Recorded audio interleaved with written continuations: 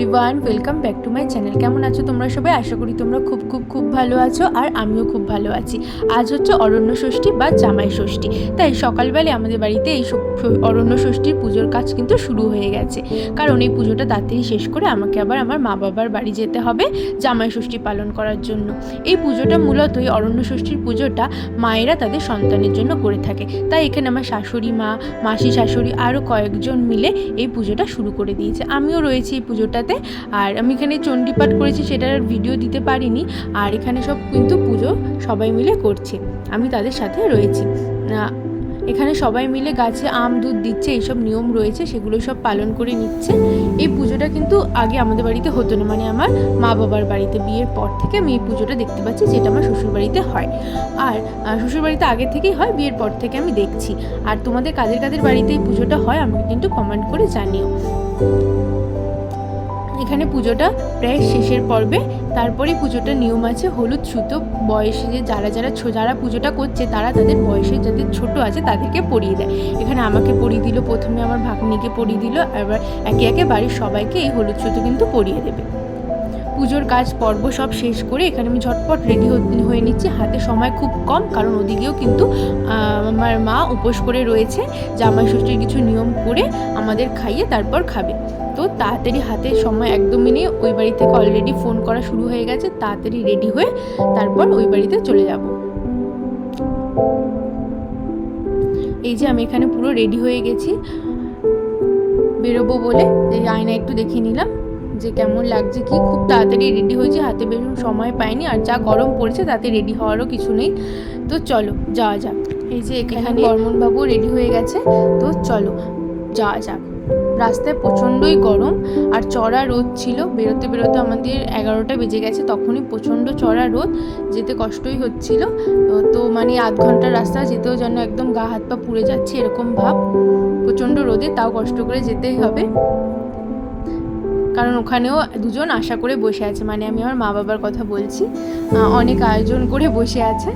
তো চলো ওখানে গিয়ে দেখাচ্ছি। তো ওখানে যাওয়ার আগে যে মিষ্টির দোকানে আগে আর যা কেনাকাটা সব করে নিয়ে যাচ্ছে, শুধু মিষ্টিটাই বাকি ছিল। এখানে মিষ্টির দোকানে দেখো শুধু ভেতরে তো গাদা গুচ্ছের লোক, বাইরেও লাইন পড়েছে, মিষ্টির দোকানেও এত লাইন। তো মিষ্টি টিষ্টি নিয়ে এখানে চলে এসেছি। বাড়িতে এসে আর কোনো রকম দেরি করিনি, সোজা যা নিয়ম কাজ আছে সেগুলো সেরে খেতে বসবো, কারণ আমরা খেলে আবার মাও খেতে পারবে। আর তার সাথে তো রয়েইছে রান্না বান্না, জামাই ষষ্ঠী বলে কথা, স্পেশাল রান্না, সেগুলোর তোড়জোড়ও রয়েছে। তো ভিডিওটা দেখতে থাকো।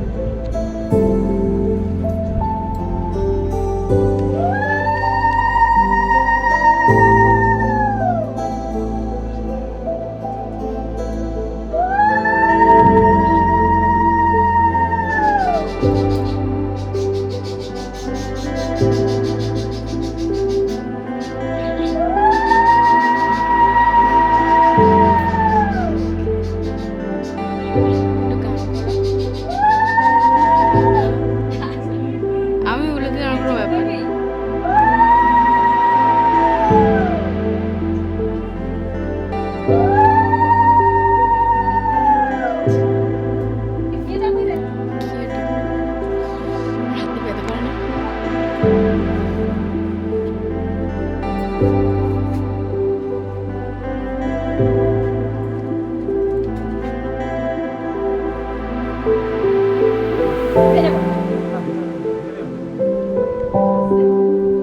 মাথা থেকে সব ফেলে দিচ্ছিস।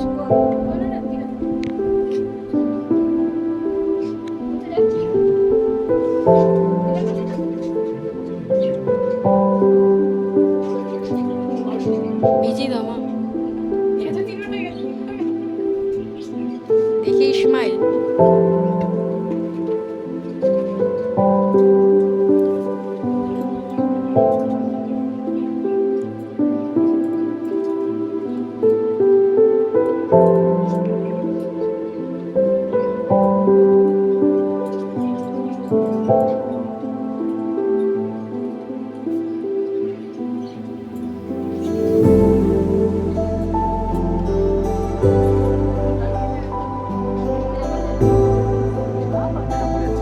দামি প্রোডাক্ট। আরে নাকি সবাই লাল দিয়েছে, সাদা হবে কি করে, মাথায় মোটা।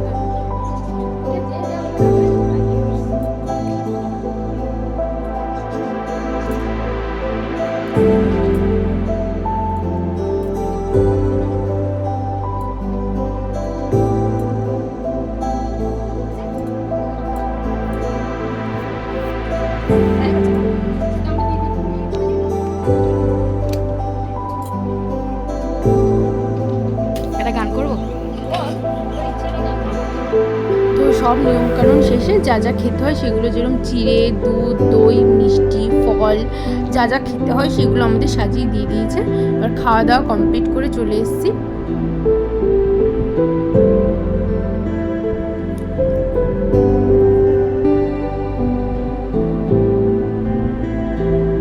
এখানে খাওয়া দাওয়া সেরে আমরা মুভি দেখতে বসেছি। আর প্রচণ্ডই গরম পড়েছে। আর এখানে পেছনে বোন, ওরও মা, বোন, বাবা সবাই মিলে সব কিছু আয়োজন করছে, তাই আমার আর ওর কোনো কাজ নেই, তো আমরা মুভি দেখতে বসে পড়েছি।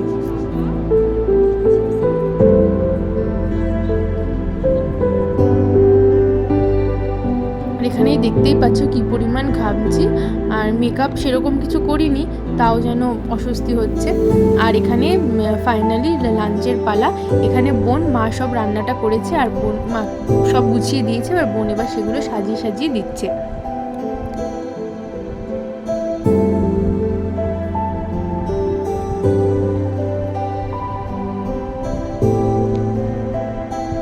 এখানে সাজানো চলছে। আর আজকের মেনুতে কী ছিল তা একটু বলে দিই। সাদা ভাত, 5 রকম ভাজা, ভেজ ডাল, শিঙি মাছের ঝোল, সর্ষে পোস্ত দিয়ে পাবদা মাছ, মাটন কষা, আর দই, মিষ্টি, চাটনি, পাঁপড়, ব্যাস।